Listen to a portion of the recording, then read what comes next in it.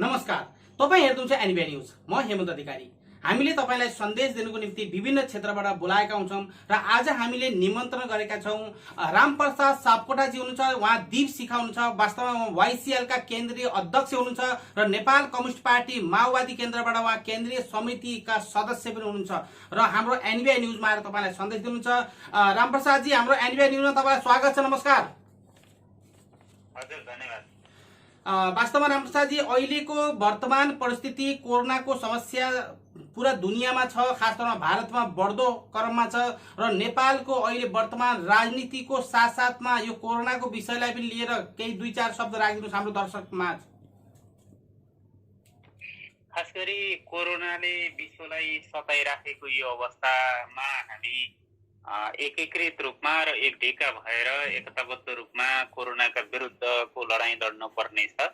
नेपालको सन्दर्भमा भारतमा जस्तै खुल्ला सिमाना लगायत यो बीचमा कोरोनाको दोस्रो लहर फैरहनु अगाडि जो सीमा नाकाहरू सबै खुल्ला भए र विदेशबाट पनि नेपालमा आउने, नेपालबाट पनि विदेशमा जाने जो प्रक्रिया चल्यो र खास गरी कोरोनाको अन्त्य भए जस्तो गरी हामीले जे व्यवहार आचरणहरू गर्यौं, त्यसबाट सिर्जित कोरोनाको दोस्रो लहरको यो एउटा जीवन मरणको लडाईँमा छौँ हामी यति बेला।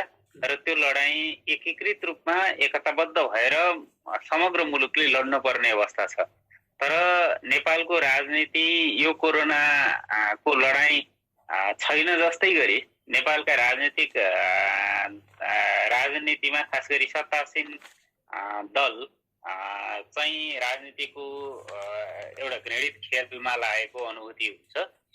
हामीले समग्र मुलुकको नेतृत्व राजनीतिले नै गर्ने हुँदा राजनीतिलाई छोड्न हुने पनि छैन। कोरोना विरुद्ध एकताबद्ध भएर लड्न पनि पर्ने स्थितिमा हामी छौँ। यसरी हेर्दाखेरि एकदमै सङ्कटपूर्ण अवस्थाबाट नेपाल गुज्रिराखेको छ भन्ने कुराको अनुभूति मलाई हुन्छ। बिल्कुल रामप्रसादजी, तपाईहरुले जुन हिसाबले तपाईले जुन विचार बोकेर तपाईँ युद्धकालदेखि लडेर आउनुभयो, गणतन्त्र ल्याउनुभयो भने अहिले जुन हिसाबले माओवादी सरकारमा हुँदाखेरि अथवा तपाईहरु सत्तामा हुँदाखेरिको जो जनताले चाहन्थे, जुन हिसाबको विचार थियो कि सरकार आएपछि समग्र राष्ट्रियकरण, हाम्रो सरसम्पत्ति राष्ट्रियकरण हुन्छ र हामीले 8 घण्टाको रोजगार पाउँछौं, हामी विदेश हिँड्नु पर्दैन भन्ने खालेका जुन हिसाबका तपाईहरुका चाहिँ बाचा थिए, ती पूरा हुन सकेनन्। त के कारण होला? खास गरी हामीले परिवर्तनका मुद्दाहरूमाथि काम गर्यौं र परिवर्तनलाई एका ढङ्गले संस्थागत पनि गर्यौं।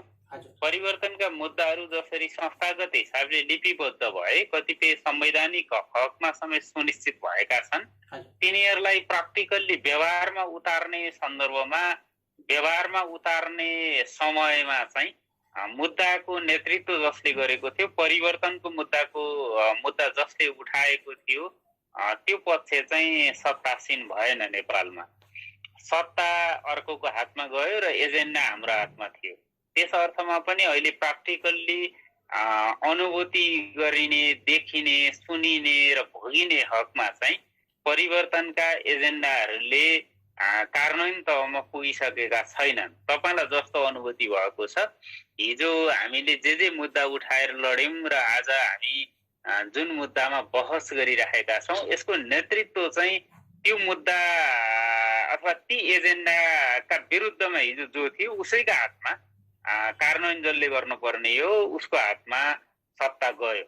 त्यस अर्थमा पनि अहिलेको समस्या सिर्जना भइरहेको छ भन्ने मेरो बुझाइ छ।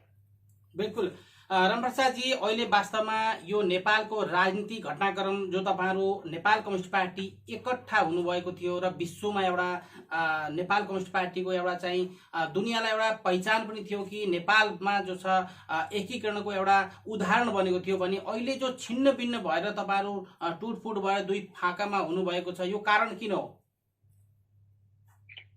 मैले भने नि, खास गरी मुद्दामा नै कुरा मिलेन। हिजो पनि संघीयता, धर्मनिरपेक्षता, गणतन्त्र, समानुपातिक समावेशिता, संघीयता लगायतका मुद्दाहरूको उठान तत्कालीन नेकपा माओवादी केन्द्रले गरेको हो र त्यसलाई संविधानमा लिपिबद्ध गर्ने सन्दर्भमा नि नेकपा माओवादी केन्द्रको ठुलो योगदान, बलिदान, त्याग, तपस्या छ।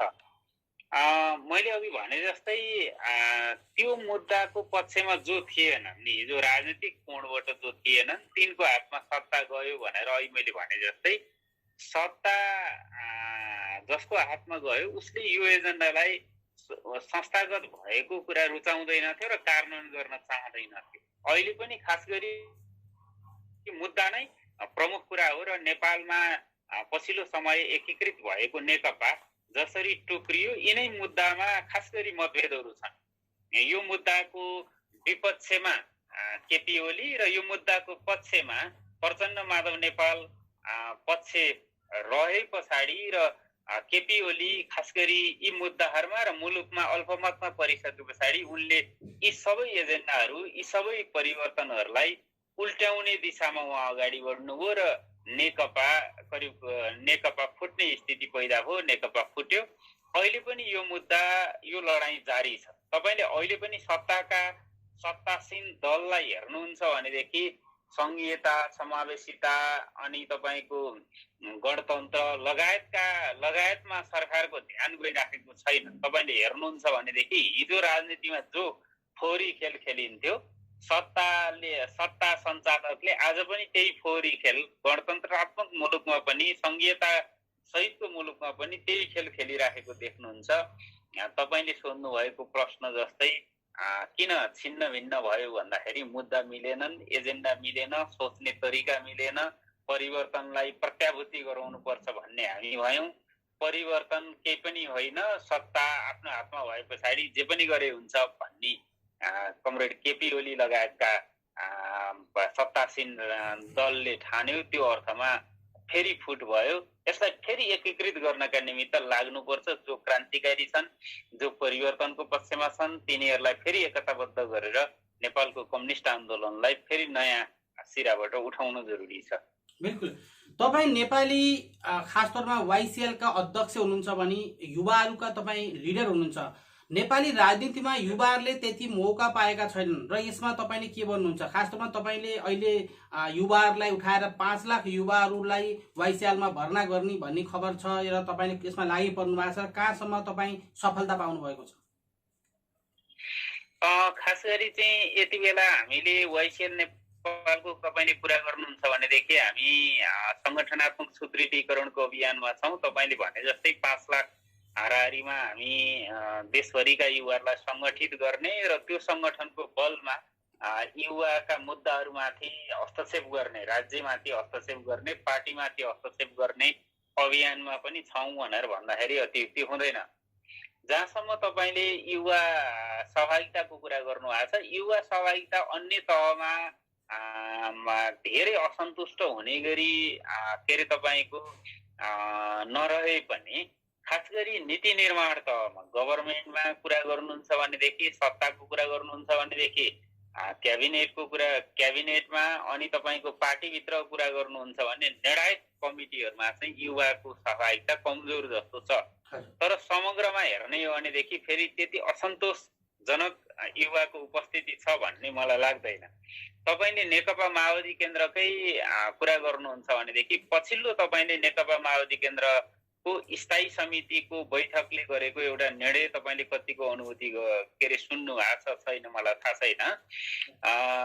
नेकपा माओवादी केन्द्रको स्थायी समितिको बैठकले के निर्णय गर्यो भनेदेखि 35-33% महिला, 20% युवा र 15% दलितबाट अनिवार्य सबै कमिटीहरुमा सहभागिता गराउनु पर्ने भनेर नेपालमा पहिलो चोटी नेकपा माओवादी केन्द्रले युवाहरूको प्रतिशतलाई ग्यारेन्टी र सुनिश्चित गरेको छ। त्यस अर्थमा धेरै असन्तुष्ट हुने ठाउँ छैन। तर अहिले जे भइरहेको छ यसैमा सन्तुष्ट भएर बस्ने ठाउँ पनि छैन, बस्ने अवस्था पनि छैन।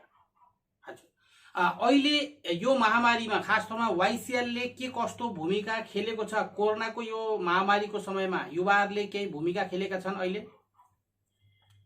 तपाईले समाचारहरुमा सुन्नु भएको पनि होला, नेपालमा कोरोना महामारीको दोस्रो लहरमा संगठित रूपमा के अरे तपाईँको सक्रियता देखाइराखेको भनेको वाइसिएल नेपालले मात्रै हो। तपाईँले अरू युवा सङ्गठनहरूका हकमा हेर्नुहुन्छ भनेदेखि ती कहाँ छन् र के गर्दैछन् भनेर तपाईँले देख्न सक्नुहुन्न। तर हाम्रो सङ्गठन केन्द्रदेखि स्थानीय तहसम्म कोरोना महामारी विरुद्धको लडाईँमा एकीकृत छ, संस्थागत परिचालन भएको छ र ठाउँ ठाउँमा देशका हरेक निकायहरूमा कोरोना सचेतना अभियान, कोरोनाका निमित्त रोकथामका निमित्त मास्क वितरणदेखि लिएर क्वारेन्टाइनको व्यवस्थापन र आइसोलेसनको व्यवस्थापनमा पनि लागिरहेका छौँ र अहिले कोरोना महामारीको बीचमा बिरामीहरूलाई हस्पिटलसम्म पुर्याउने, हस्पिटलबाट होम आइसोलेसनसम्म लैजाने काममा सहजीकरण गरिराखेका छौँ। कतिपय स्थानहरूमा एम्बुलेन्स नपाइने अवस्था पनि सिर्जना भएको छ। त्यहाँ हामीले प्राइभेट गाडी मोटरसाइकलहरूबाट बिरामीहरूलाई ल्याउने लैजाने पनि गरिराखेका छौँ। ठाउँ ठाउँमा र चोक चोकमा बसेर सचेतनाका निमित्त मास्क वितरण गर्ने लगायत राष्ट्र सेवामा खटिने प्रहरीहरूलाई मास्क, खानेपानी लगायतको सप्लाई गर्ने लगायतका कामहरूमा हामीले काम गरिराखेका छौँ। पहिलो कुरो। दोस्रो कुरो, यो कोरोना महामारीका बीचमा ठाउँ ठाउँमा रगत अभाव देखिराखेको छ र हस्पिटलहरूले रेड क्रसहरूले रगत परिपूर्ति गर्न सकिराखेका छैनन्। हामी ब्लड डोनेसनका कार्यक्रमहरू सञ्चालन गर्ने तयारीमा छौँ। सम्भवतः भोलि पर्सिभित्रै काठमाडौँ उपत्यकाका 3वटै जिल्लामा हामी ब्लड डोनेसनको काम गर्न लागिराखेका छौँ। यसरी हेर्दाखेरि आफू पनि सुरक्षित रहनु पर्नेछ, धेरै ठुलो के अरे तपाईँको हुलबाजी पनि गर्नुहुने छैन र जनताको सेवा पनि गर्नुपर्नेछ। यो निकै कठिन र सङ्कटपूर्ण घडीमा पनि हामी काम गरिरहेका छौँ। तपाईँले समाचारहरूमा सुनिराख्नु भएको छ, हाम्रा फेसबुक सामाजिक सञ्जालहरूमा हेरिराख्नु भएको होला। हामी दिनरात अहोरात्र खटिरहेका छौँ। हस्पिटलहरूमा हाम्रा स्वयंसेवकहरू खटिरहेका छन्। देशैभरिका अस्पतालहरूमा हाम्रा स्वयंसेवकहरूले काम गरिरहेका छन्। मैले अघि भने जस्तै बिरामी लाने, ल्याउने, होम आइसोलेसनको व्यवस्था गर्ने, क्वारेन्टाइनहरूको व्यवस्था गर्ने, अनि तपाईँको आइसोलेसन के अरे तपाईँको केन्द्रहरूमा सपोर्ट गर्ने, त्यहाँ स्वयंसेवकी भूमिकामा हामी काम गरिरहेका छौँ। बिल्कुल। तपाईहरू जस्तै कि अहिले युवाहरू हरेक साल हजारौंको संख्यामा विदेश दिन बाध्य भएका छन् र नेपालमा रोजगारको सिर्जनाको निम्ति तपाईहरू सरकारमा हुँदा र अहिलेको सरकारलाई तपाईले के सन्देश दिनुहुन्छ? खास गरी त नेकपा माओवादी केन्द्रले हामीले सुरुमा चर्चा गरे अनुसार हामीले जे एजेन्डाहरू संस्थागत रूपमा के अरे तपाईँको लिपिबद्ध गर्यौं, तीमाथि नेकपा माओवादी केन्द्रले काम गर्न पाएको छैन। त्यो अवसर पनि प्राप्त भएको छैन नेकपा माओवादी केन्द्रलाई। हामी 2 चोटि 9 महिना गरी सरकारमा जम्मी तपाईँको 64 बृहत शान्ति सम्झौता पछाडि हामी 18 महिना हामीले सत्ता सञ्चालन गरेका हौं। त्यो क्रममा हामीले थुप्रै उपलब्धिपूर्ण काठमाडौँका बाटाघाटा फराकिलादेखि लिएर लोड सेडिङको अन्त्यसम्मको काम हामीले गरेका छौं। त्यो तपाईँले पनि थाहा पाउनु भएको छ र नेपाली जनसमुदायमा नि अवगत छ। तपाईँले भने जस्तो रोजगारीको काम लगायत का कामहरू गर्नका निमित्त जनपक्षीय र दृढ इच्छा शक्ति भएको के अरे तपाईँको शक्तिको हातमा सत्ता हुनुपर्छ। नेपालमा त्यो अवस्था सिर्जना भएको छैन। र अर्को कुरा, रियालिटीको कुरा गर्ने भने नेपालमा अहिले रोजगारीको विषय जति के अरे तपाईँको हामी बहस र छलफल गर्छौँ केवल यो नारामा सीमित छ। मेरो विचारमा चाहिँ रोजगारीलाई स्वरोजगारसँग जोड्नुपर्छ जस्तो मलाई लाग्छ। नेपालमा रोजगारी हुने त्यति ठुलो सम्भावना र अहिले तत्काल त्यस्तो के अरे तपाईँको सम्भाव्यता पनि छैन। त्यसरी हेर्दाखेरि स्वरोजगार बनाउनेतिर चाहिँ बढी के अरे तपाईँको हामीले सोच्नुपर्छ, नेपालको सरकारले सोच्नुपर्छ। हामीले हाम्रो स्रोत र साधन, सीमित स्रोत र साधनलाई परिचालन गरेर, सीमित लगानीलाई परिचालन गरेर हामी कसरी स्वरोजगार बन्न सक्छौं भन्नेतिर चाहिँ बढी ध्यान केन्द्रित गर्नुपर्छ जस्तो मलाई लाग्छ। बिल्कुल। रामप्रसादजी, अहिले तपाईको विचारमा नेपाली युवालाई वाइसिएलमा जुन हिसाबले तपाईहरुले भर्ती गर्नुभएको छ या आवश्यकता छ त वाइसएलको वर्तमान उद्देश्य के छ ती युवाहरूलाई तपाईले जुन हिसाबले पिछिल्लो क्रममा पनि भर्ती गर्नुभएको थियो र पछि ती युवाहरूले केही युवाहरूले गुनासो गरेका थिए कि हामीलाई जो जुन हिसाबको हामीले सहायता या सहयोग सरकार आएपछि पाउनु पर्थ्यो पाएनौं भन्छन्। अब नयाँ पुस्तालाई पनि जोड्दाखेरिका उद्देश्य के हुन सक्छन्? खास गरी चाहिँ हामी कसले के पायौं पाएनौं भन्ने भन्दा पनि हामी संगठित हुने, हामीले राजनीतिक रूपमा संगठित हुने र राजनीतिक कर्मीहरूले लड्ने भनेको समग्र जनताको अधिकारका निमित्त लड्ने हो, सुव्यवस्थाका निमित्त लड्ने हो, समृद्धिका निमित्त लड्ने हो, रोजगारीका निमित्त लड्ने हो। हामीले पहिला त व्यवस्थामाथि काम गर्नुपर्छ। त्यसरी हेर्दाखेरि अहिले कसले के प्राप्त गर्यो भन्ने भन्दा पनि यो राजनीतिक रूपमा संगठित भइसके पछाडि मात्रै जनताका एजेन्डाहरू लागू हुन सक्छन्, जनपक्षीय सरकार बन्छ, त्यसले युवाका मुद्दाहरूमाथि काम गर्न सक्छन् भनेर सोच्ने कुरा नै सही सोचाइ हो र सही दृष्टिकोण त्यही हो। वाइसएल नेपाल हिजो सङ्घर्षमा थियो, हिजो आन्दोलनमा थियो, आजको वाइसएल नेपाल चाहिँ परिआउँदा सङ्घर्ष यो बीचमा प्रतिगमन विरुद्धमा हामीले काम गर्यौं। हामीलाई लागेको थियो अब फेरि लड्नु पर्दैन होला, तर हामीहरू आफ्नै पार्टी अध्यक्ष भनिएकाले प्रतिगमन सुरु गरे पछाडि उनैका विरुद्धको लडाईँ लड्नु पर्यो र हामीले त्यो लडाईँ जित्यौं पनि। अब खास गरी वाइसएल नेपाल युवाहरूका मुद्दाहरूमाथि केन्द्रित रहनुपर्छ, बेरोजगारका मुद्दामाथि केन्द्रित रहनुपर्छ, समृद्धि र स्वरोजगार बनाउनका निमित्त हामीले काम गर्नुपर्छ। हामी सम्भवतः छिट्टै हामीले राष्ट्रिय भेला गर्ने सोच बनाएका थियौं। कोरोना महामारीका कारण त्यो सोचमाथि धक्का लाग्ला जस्तो छ। हामी छिट्टै समृद्धिमा, रोजगारीमा, युवाहरूको स्वरोजगारीमा हामी कसरी काम गर्न सक्छौं भनेर छिट्टै नीति कार्यक्रम ल्याउँदैछौं। अब हामीले मुलुक निर्माणमा काम गर्नुपर्छ, राजनीतिक रूपमा संगठित भए पनि र सत्ताभित्र हाम्रो कतिपय नीतिगत कुराहरू राम्रा हुँदाहुँदै पनि नीतिगत कुराहरूमा के अरे तपाईँको कानुन नियम हुँदाहुँदै पनि प्र्याक्टिकल्ली व्यवहारमा लागू गर्दाखेरि हामी चुक्ने गरेका छौं। सत्तामाथिको हस्तक्षेप युवाहरूले बढाउनु जरुरी छ। पार्टी सत्तामाथिको, राज्य सत्तामाथिको, सामाजिक सत्तामाथिको हस्तक्षेप चाहिँ युवाहरूले नयाँ ढङ्गले गर्न जरुरी छ। म आम युवाहरूलाई यो पहल कदमीका निमित्त तपाईको लोकप्रिय सञ्चार माध्यम मार्फत अपिल र अनुरोध गर्न चाहन्छु। रामप्रसाद जी, तपाईको जुन हिसाबले बुटो थियो त्यो बुटाबाट जो हाँगा अलग अलग भए, जुन वैद्य अलग हुनुभयो या विप्लव अलग हुनुभयो, बाबुरामजी पनि अलग हुनुभयो, जुन हिसाबले पार्टी एकैकरण ढिक्कामा तपाईँ हाँकेर जुन हिसाबले शक्तिमा तपाईहरु हिँड्नु भएको थियो, अब आपसमा फुट यो पार्टीमा पनि आपसमा किन भयो? यो खास गरी त विचार राजनीतिकै कुरा हो मुख्य त।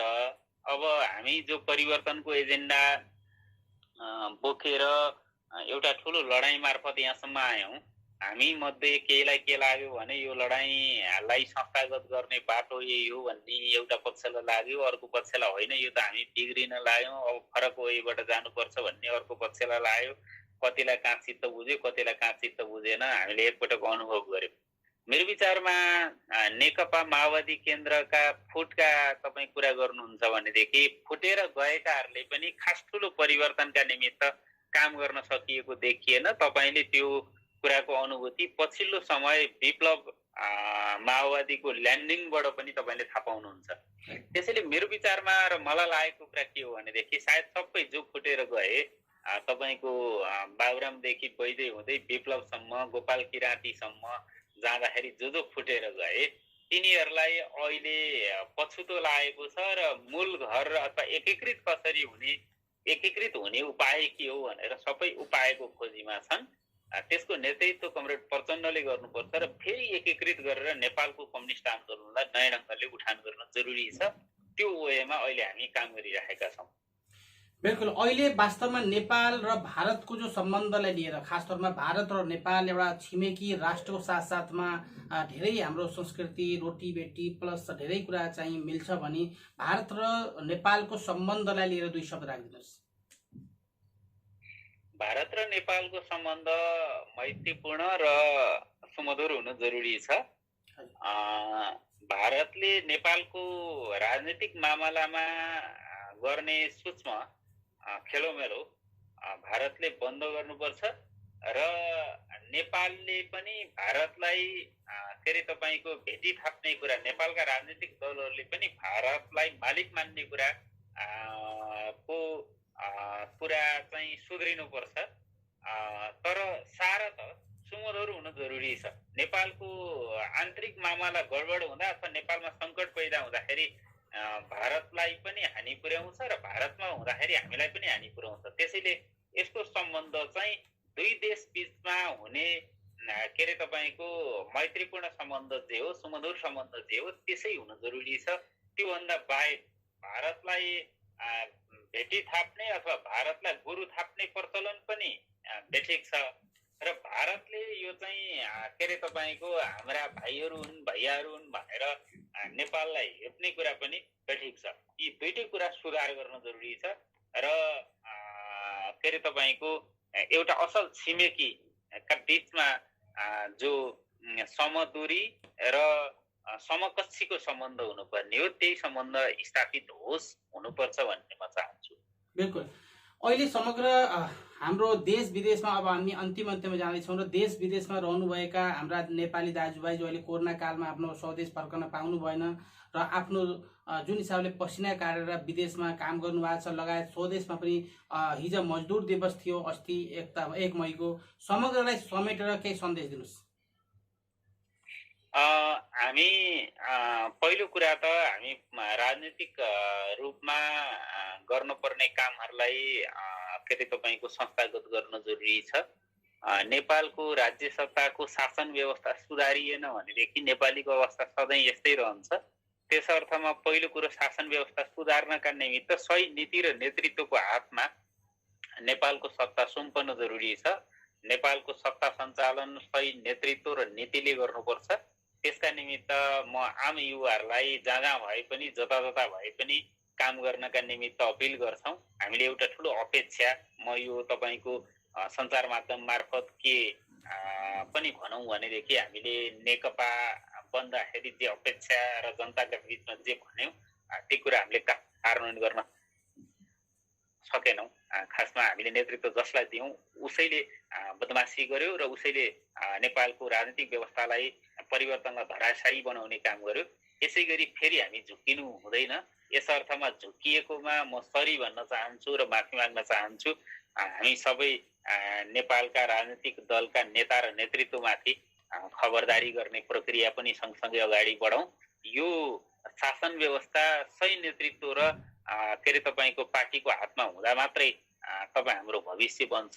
म त्यसका निमित्त काम गर्न सोचिदिन अपिल गर्दछु र हामी जहाँ छौँ तपाईँहरूलाई युवा साथीहरू, युवाहरू बाहिर जहाँ हुनुहुन्छ, जे समस्यामा हुनुहुन्छ, हामी तपाईँहरूको समस्या थाहा पाउँदाखेरि चुप र मौन बस्ने छैनौँ, मुख दर्शक भएर हेर्ने छैनौँ।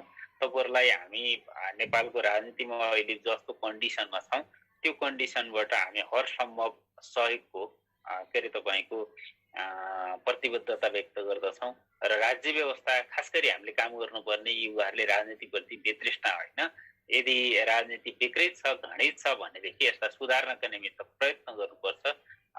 के अरे तपाईँको खबरदारी गरिरहनुपर्छ, नेतृत्वमाथि प्रश्न उठाइराख्नुपर्छ, नेपालको सत्तासीन नेतृत्वमाथि प्रश्न उठाइरहनुपर्छ भन्ने अपिल र अनुरोध गर्न चाहन्छु। बिल्कुल। यहाँ हुनुहुन्थ्यो रामप्रसाद सापकोटा, दीप शिखाजी, YCL का केन्द्रीय अध्यक्ष र नेपाल कम्युनिस्ट पार्टी माओवादी केन्द्रका केन्द्रीय समितिका सदस्य हुनुहुन्थ्यो र हाम्रो NBI न्युजमा आएर सन्देश दिनुभयो र हामीले फेरि बोलाउने बाचासहित अहिले उहाँसँग हामीले बिदा लिन्छौँ। रामप्रसादजी, हाम्रो NBI न्युजमा आएर तपाईँले सन्देश दिनुभएको लागि धेरै धेरै धन्यवाद। नमस्कार। हजुर, थ्याङ्क यू। हजुर, नमस्कार।